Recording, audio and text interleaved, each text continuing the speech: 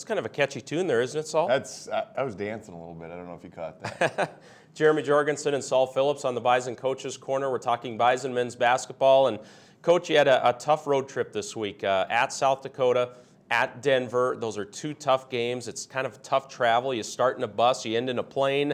Just talk about the weekend and how you came out of it with a split. Just odd weekend where you're scraping and clawing for anything you can get. I came out with the split, won 2 of our 3 on our road swing. Yep. Okay. You just kind of feel like you let some stuff sit on the table after shooting free throws like we did at Denver. I'm not so sure we didn't get outplayed all game long, but it certainly was there for the taking had we just knocked down free throws. I learned this about our team. We're never out of a game. Yeah. We're sitting there against Denver, who plays a very slow, deliberate style of pace, and we're down 11 with 3:28 to go. And we had a chance to tie, missed a shot, 4 seconds left to tie. Talk about the perseverance of this team, too, because it was looking dicey a couple times in Vermilion as well. It looked dicey all weekend. It just seemed like we were scrambling all weekend. It can go that way on the road sometimes. It can. Certainly, we did things to put ourselves in that position, but make no mistake about it, we played 2 excellent teams. Denver's playing very well all of a sudden. They had South Dakota State beat 2 nights prior, and they won on kind of a miracle finish. South Dakota State did. They're playing very well, and USD is a completely different program. They are extremely tough, resilient, and scrappy. I would qualify that as a good win. Yeah, so you win at South Dakota on Thursday.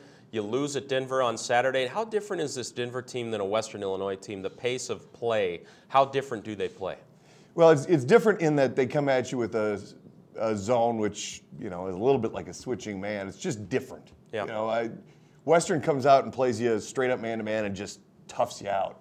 Yep. This team knocks you back on your heels by just giving you a different look than you get to prepare for. And at times, we didn't handle it very well. In the first half in particular, we had 9 turnovers on 27 possessions. That's absolutely unacceptable. We shot the ball at a decent clip from everywhere but the line. And again,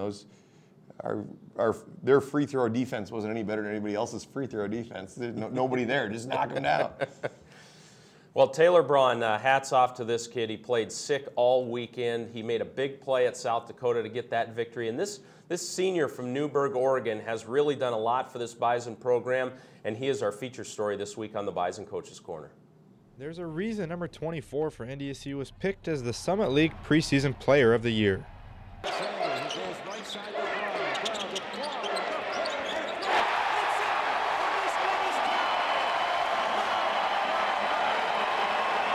Taylor Braun leads the Bison in all sorts of categories, including points per game, rebounds per game, assists, and steals.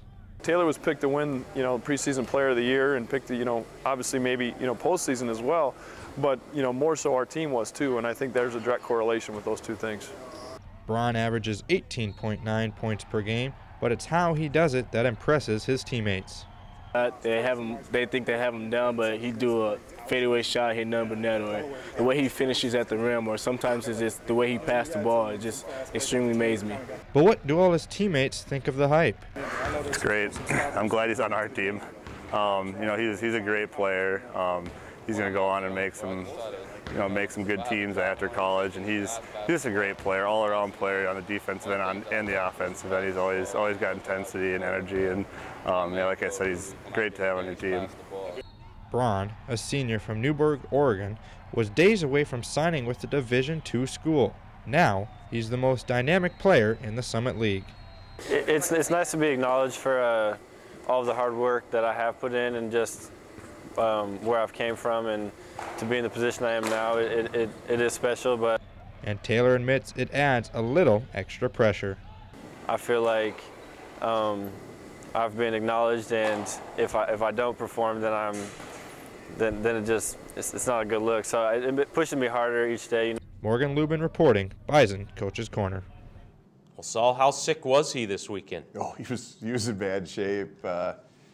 He extremely low energy off the court, and the USD game, he struggled mightily all game long.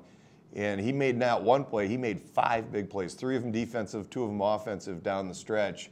when he was on the canvas and we had not very much going.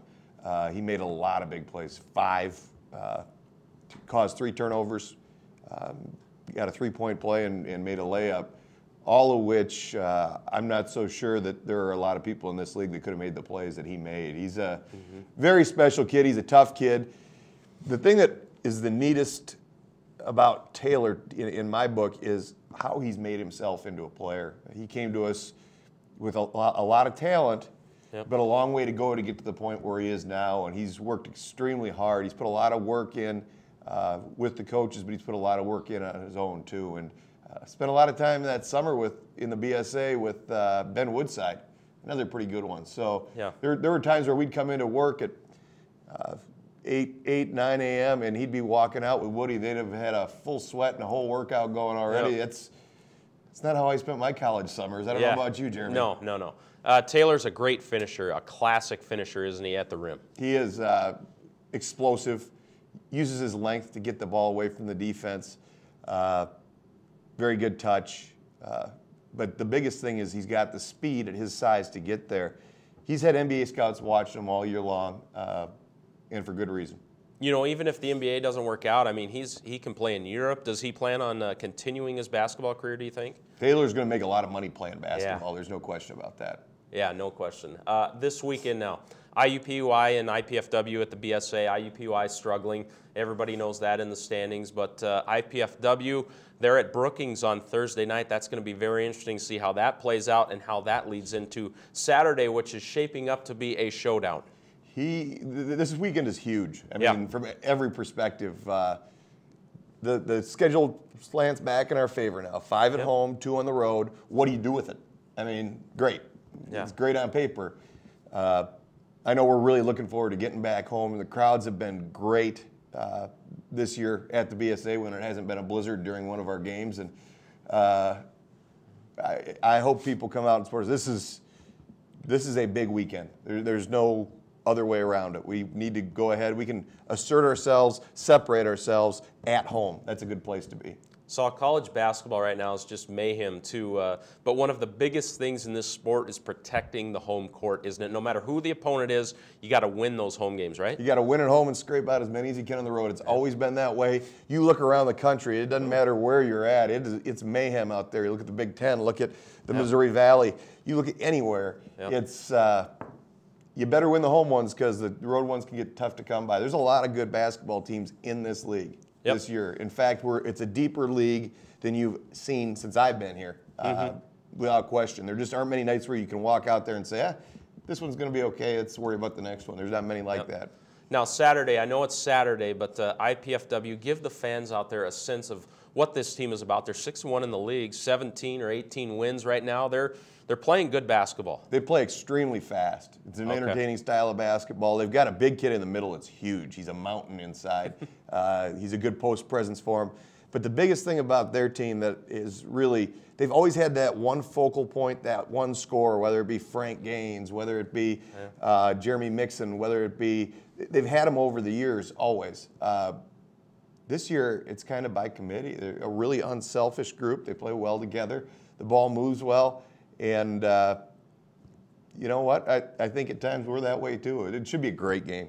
They've always had good guards. Plack, Meyer, and Botts, and all those guys were fantastic throughout the course of time too. So come out to the BSA. Good luck to you, Saul, and 2 big home games. We're looking forward to it. Hey, let's enjoy this. This is fun. This is what college basketball is about. That's right. If you can't make it to the BSA, 2 national TV games this week. Fox College Sports for both games. Midco locally as well, so both games are on TV, but we'd love to have you at the BSA to make that a home court environment for these Bison. We'll recap both those games for you next week. Have a great week, everyone.